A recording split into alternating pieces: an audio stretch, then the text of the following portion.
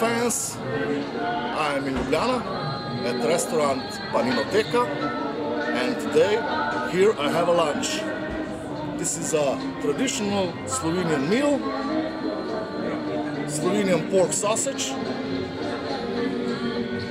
pork pigs, pork ribs, Slovenian blood sausage, and we have here sauerkraut and rolled cheese dumplings. So I will taste this now. First the sausage.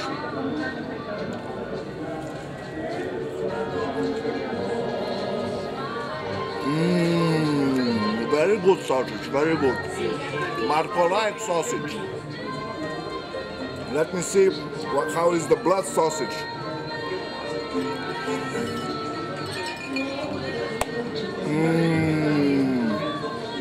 I like this traditional Slovenian meal. Slovenes eat that kind of a meal every day. And I could eat this meal every day. Thank you.